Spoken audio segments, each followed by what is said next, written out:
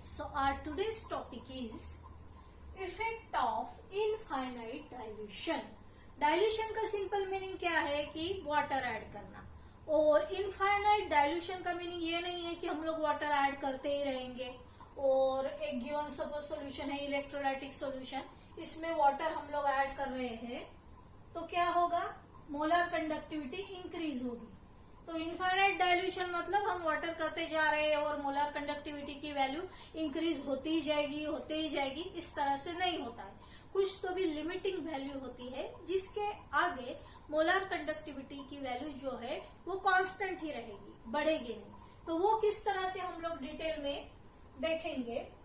Suppose हम लोग कुछ ऐसे वॉल्यूम ऑफ वाटर ऐड कर रहे हैं, वॉल्यूम एडेड करके लिखेंगे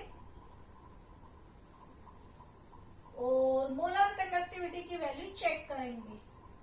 मोलर कंडक्टिविटी किस तरह से इंक्रीज हो रही है, which is denoted by lambda N.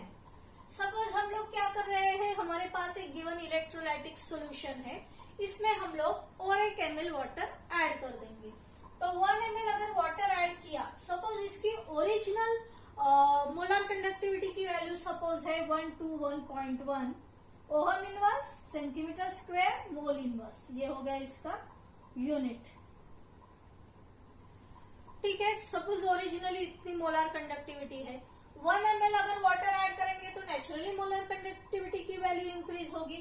Suppose वो हो गई 1 to 1.2 ohm inverse centimetre square mole inverse, और 1 ml वाटर ऐड करेंगे 2 ml लिखेंगे, यहाँ वैल्यू और इंक्रीज होगी। सपोज इंक्रीज होके हमको इतनी वैल्यू मिल रही है, और 1 ml वाटर ऐड करेंगे, ये हो गए 3 ml, वैल्यू थोड़ी सी चेंज होगी 1 to 1.4 ohm inverse centimetre square mole inverse, ये हो गया इसका यूनिट। सपोज इस तरह से 1 ml ऐड करते गए और सपोज हम लोगों को 10 ml पे वैल्यू मिल रही है 1 to 1.9, सपोज इतनी वैल्यू मिल रही है, यूनिट क्या रहेगा, ohm inverse centimetre square mole inverse. इसकी जगह आप लोग साइमन भी लिख सकते हो, ओहम इनवर्स की जगह Simon centimetre square mole inverse भी लिख सकते हैं। नाउ 11 ml पे भी हम लोगों को 1 to 1.9 ही वैल्यू मिल रही है, ohm inverse centimetre square mole inverse, unit अच्छे से याद करो आप लोग। सपोज 12 ml पे भी 1 to 1.9 ohm inverse centimetre square mole inverse, इतनी मोलर कंडक्टिविटी की वैल्यू मिल रही है। तो यहाँ हो क्या रहा है, ये जो 10 ml है, ठीक है, 10 ml पे जो वैल्यू मिल रही है वही वैल्यू 11 ml पे मिल रही है, वही वैल्यू 12 ml पे मिल रही है, तो हम लोगों को कांस्टेंट वैल्यूज मिल रही है। ठीक है, तो 10 ml के बाद 111 ml हम लोग ऐड करेंगे तो वैल्यू जो है वो चेंज नहीं हो रही। तो ये जो पॉइंट है ये हमारा क्या है, इनफाइनाइट डाइल्यूशन। इनफाइनाइट डाइल्यूशन, ठीक है। इसके बाद जो है मोलर कंडक्टिविटी की वैल्यू इंक्रीज नहीं हो रही, तो वो पॉइंट, वो जो वॉल्यूम है वहां हम लोग बोलेंगे कि इनफाइनाइट डाइल्यूशन हो गया। ठीक है, अभी जनरली हम लोग जो इलेक्ट्रोलाइटिक सॉल्यूशन यूज करेंगे वो एक तो रहेगा स्ट्रॉन्ग इलेक्ट्रोलाइट,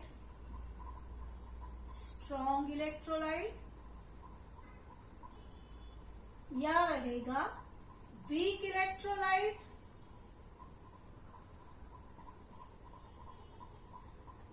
स्ट्रॉन्ग इलेक्ट्रोलाइट और वीक इलेक्ट्रोलाइट दोनों भी केस में मोलर कंडक्टिविटी जो है वो अलग अलग वेज से इफेक्ट करती है। ठीक है, स्ट्रॉन्ग इलेक्ट्रोलाइट का नेचर अलग है, मीन्स नेचर के ऊपर डिपेंड है, it depends on nature of the electrolyte. Nature of the electrolyte means what, कि अपना इलेक्ट्रोलाइट स्ट्रॉन्ग इलेक्ट्रोलाइट है या वीक इलेक्ट्रोलाइट है। सपोज स्ट्रॉन्ग इलेक्ट्रोलाइट है तो ऑलरेडी हम लोगों ने डिग्री ऑफ डिसोसिएशन को स्टडी किया है, which is denoted by alpha. ठीक है। अल्फा अगर आप लोगों को याद होगा तो अल्फा स्ट्रॉन्ग इलेक्ट्रोलाइट के लिए अल्फा की वैल्यू 100% होती है, 100% डिसोसिएशन। सपोज स्ट्रॉन्ग इलेक्ट्रोलाइट लेते हैं, NaCl ले लिया, तो NaCl कंप्लीटली डिसॉल्व हो जाएगा वाटर में, तो उसकी डिग्री ऑफ डिसोसिएशन हम लोग बोलेंगे कि 100% है। सपोज 100 मॉलिक्यूल्स जो है NaCl के वो ऐड कर दिए तो उतने मॉलिक्यूल डिसोसिएट हो जाएंगे, ठीक है। तो अल्फा रहेगा 100%।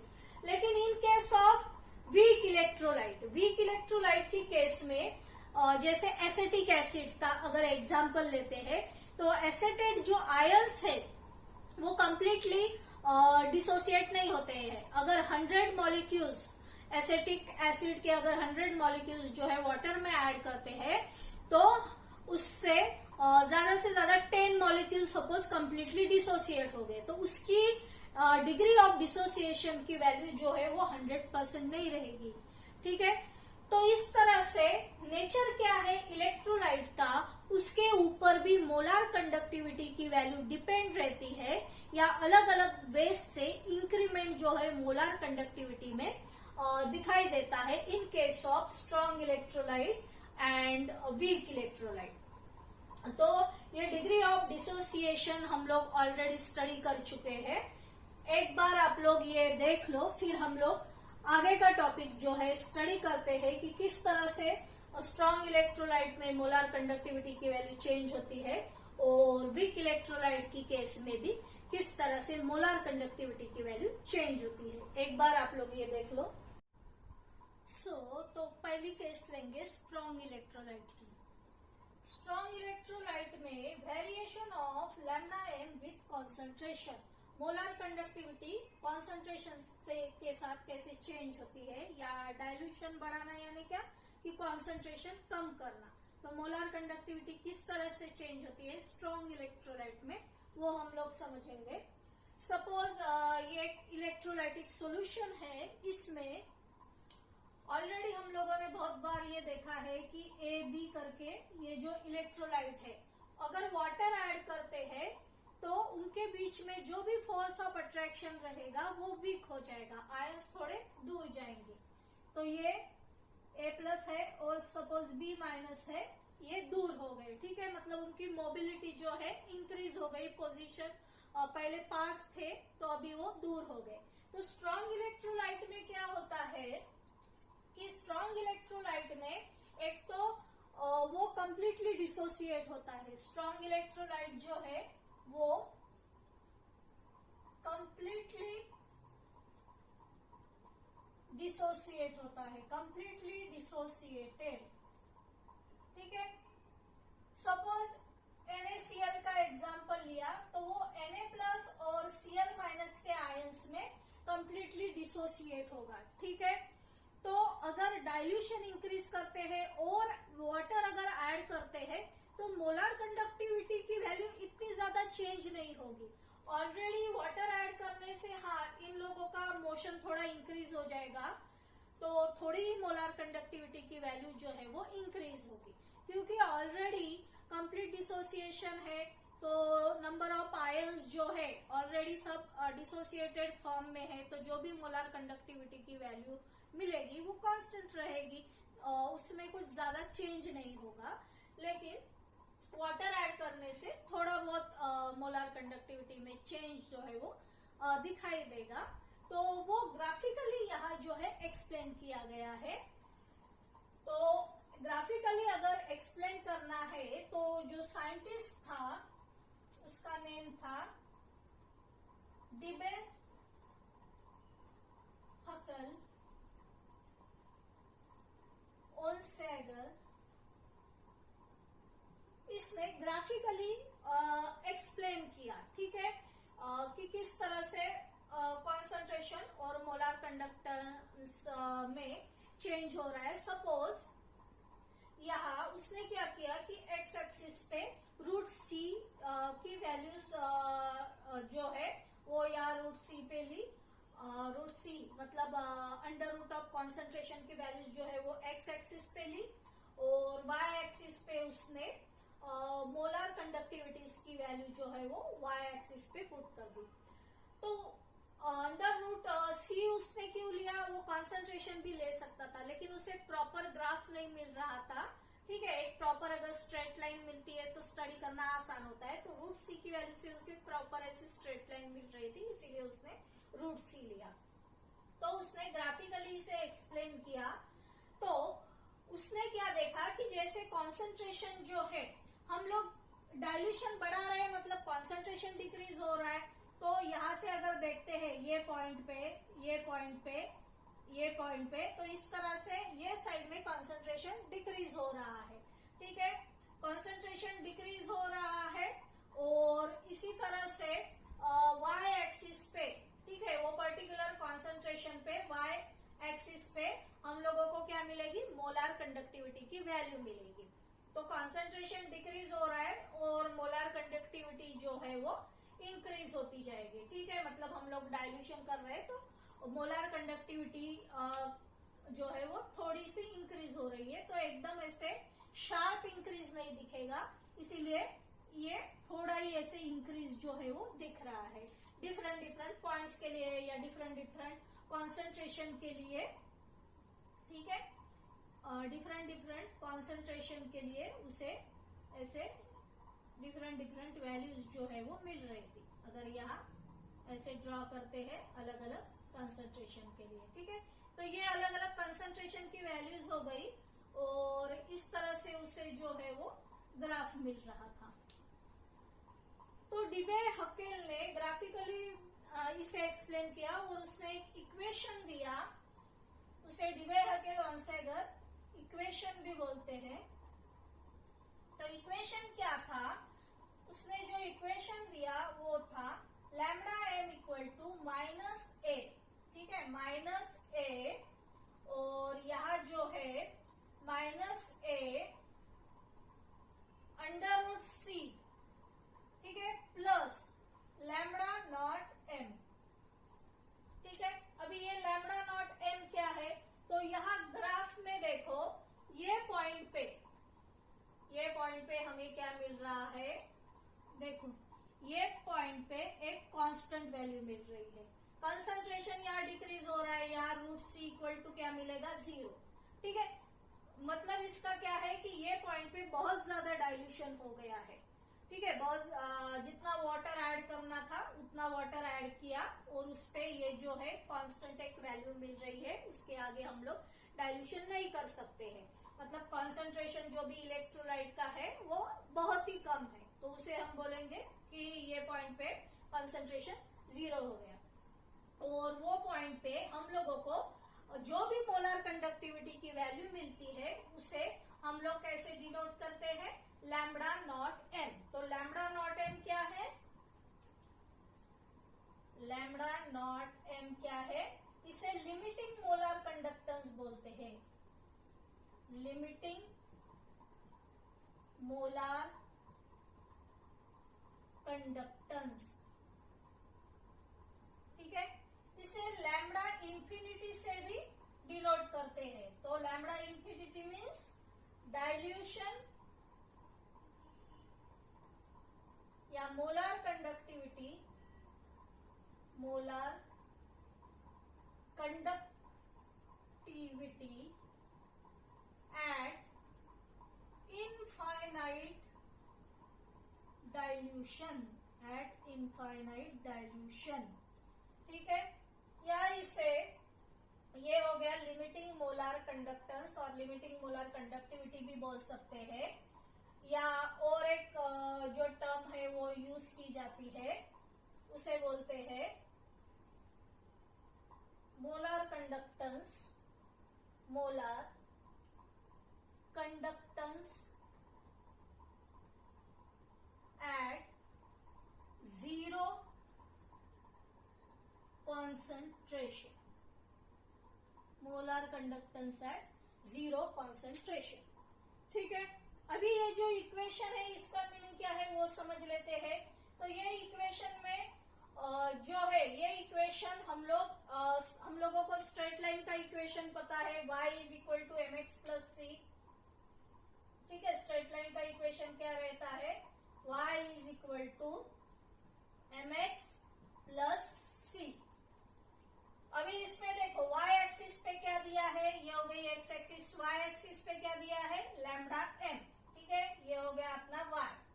फिर mx स्लोप और x दिया है, इसका जो स्लोप है वो माइनस में है, तो ये मैथमेटिक्स जिन लोगों का है उन लोगों को पता ही होगा कि अगर ग्राफ इस तरह से जाता है तो स्लोप की वैल्यू जो है वो निगेटिव में आती है, अगर ग्राफ इस तरह से आता है तो पॉजिटिव में आती है। तो यहाँ जो है स्लोप की वैल्यू जो है वो निगेटिव में आ रही है, ठीक है, तो इसीलिए ये माइनस ए, ठीक है। एक्स पे क्या लिया है, ये जो एक्स है, एक्स एक्सिस पे अपना रूट सी की वैल्यूज है, प्लस सी कांस्टेंट क्या है, लैम्डा नॉट एम, ठीक है। अपना जो molar conductance at zero concentration है, ये अब हमको एक कांस्टेंट वैल्यू मिल रही है, ठीक है। आई होप आप लोगों को ये इक्वेशन में दिया गया हर एक टर्म का मीनिंग समझ में आया होगा। तो इस तरह से स्ट्रॉन्ग इलेक्ट्रोलाइट के लिए बाय ग्राफिकल वे, ठीक है, हम लोग पता कर सकते हैं कि मोलर कंडक्टिविटी की डिफरेंट कंसंट्रेशन पे डिफरेंट वैल्यूज क्या मिलेगी और एक जो कांस्टेंट वैल्यू मिलेगी वो भी हम लोगों को यहाँ से पता चलती है, ठीक है। तो एक बार ये अच्छे से देख लो, फिर हम लोग वीक इलेक्ट्रोलाइट के लिए किस तरह से ग्राफ ड्रॉ करेंगे और किस तरह से वैल्यूज मिलती है वो देखेंगे।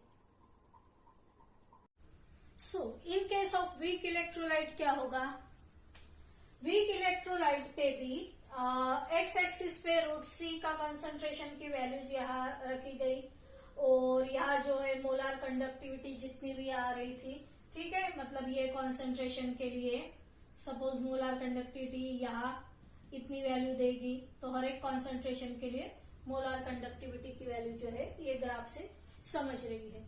लेकिन जो लिमिटिंग मोलर कंडक्टिविटी है या एक कांस्टेंट वैल्यू स्ट्रॉन्ग इलेक्ट्रोलाइट में मिल रही थी, क्योंकि स्ट्रॉन्ग इलेक्ट्रोलाइट का ग्राफ कैसे था, स्ट्रॉन्ग इलेक्ट्रोलाइट के ग्राफ में एक ऐसी स्ट्रेट लाइन मिल रही थी जो यहाँ जो है इंटरसेक्ट कर रही थी, ठीक है। तो ये जो इंटरसेक्शन का पॉइंट है वो वीक इलेक्ट्रोलाइट में नहीं मिल रहा था, तो हम लोग लिमिटिंग मोलर कंडक्टिविटी या लैम्डा नॉट एम की वैल्यू किस तरह से फाइंड आउट करेंगे, ठीक है, ये सोचा गया। और उसके लिए कोल्हाच नाम का एक साइंटिस्ट था, उसने फिर उसका जो लॉ था कोल्हाच लॉ, उससे जो है यहाँ जो है लिमिटिंग मोलर कंडक्टिविटी की वैल्यू जो है वो किस तरह से निकालनी वो उसने एक्सप्लेन किया। तो शुरू में जैसे हम लोगों ने देखा कि स्ट्रॉन्ग इलेक्ट्रोलाइट तो कम्प्लीटली डिसोसिएट होता है, लेकिन वीक इलेक्ट्रोलाइट कम्प्लीटली डिसोसिएट नहीं होता है, ठीक है। अगर ये ग्राफ को समझना है तो वीक इलेक्ट्रोलाइट जो है एसिटिक एसिड जैसे एग्जांपल है वो कम्प्लीटली डिसोसिएट नहीं होता है, लेकिन कुछ तो आयन उसके डिसोसिएट हुए होंगे, ठीक है, तो कुछ तो मोलर कंडक्टिविटी की वैल्यू शुरू में मिलेगी। लेकिन जैसे हम लोग डायल्यूशन बढ़ाते हैं वैसे यहाँ एक सडन इंक्रीज होता है मोलर कंडक्टिविटी की वैल्यू में, तो जो भी अनडिसोसिएटेड आयंस है तो उनकी स्पीड इंक्रीज होती है टू बिकम डिसोसिएट, वो स्पीड से डिसोसिएट होना शुरू हो जाता है। तो यहाँ जो है एक सडन इंक्रीज होता है मोलर कंडक्टिविटी की वैल्यू में, जैसे स्ट्रॉन्ग इलेक्ट्रोलाइट के केस में हम लोग उस तरह से जो है इंक्रीज नहीं देख पाते हैं। लेकिन ये जो ग्राफ मिल रहा है हम लोगों को, तो ये ग्राफ हम लोगों को पता नहीं कि यहाँ ये किस पॉइंट पे टच करेगा, ठीक है। अगर पॉइंट किस पॉइंट पे टच, अगर किसी पॉइंट पे टच किया तो हम लोग लैम्डा नॉट एम की वैल्यू तो इजीली फाइंड आउट कर सकते, लेकिन इन केस ऑफ वीक इलेक्ट्रोलाइट ये यहाँ कब तक टच करेगा, कब टच करेगा, यहाँ ऐसे अगर इंक्रीज करते हैं, ठीक है, ये ग्राफ ऐसे ऊपर ऊपर जाएगा, लेकिन कब टच करेगा ये हम लोगों को पता नहीं है या टच भी नहीं कर सकता है।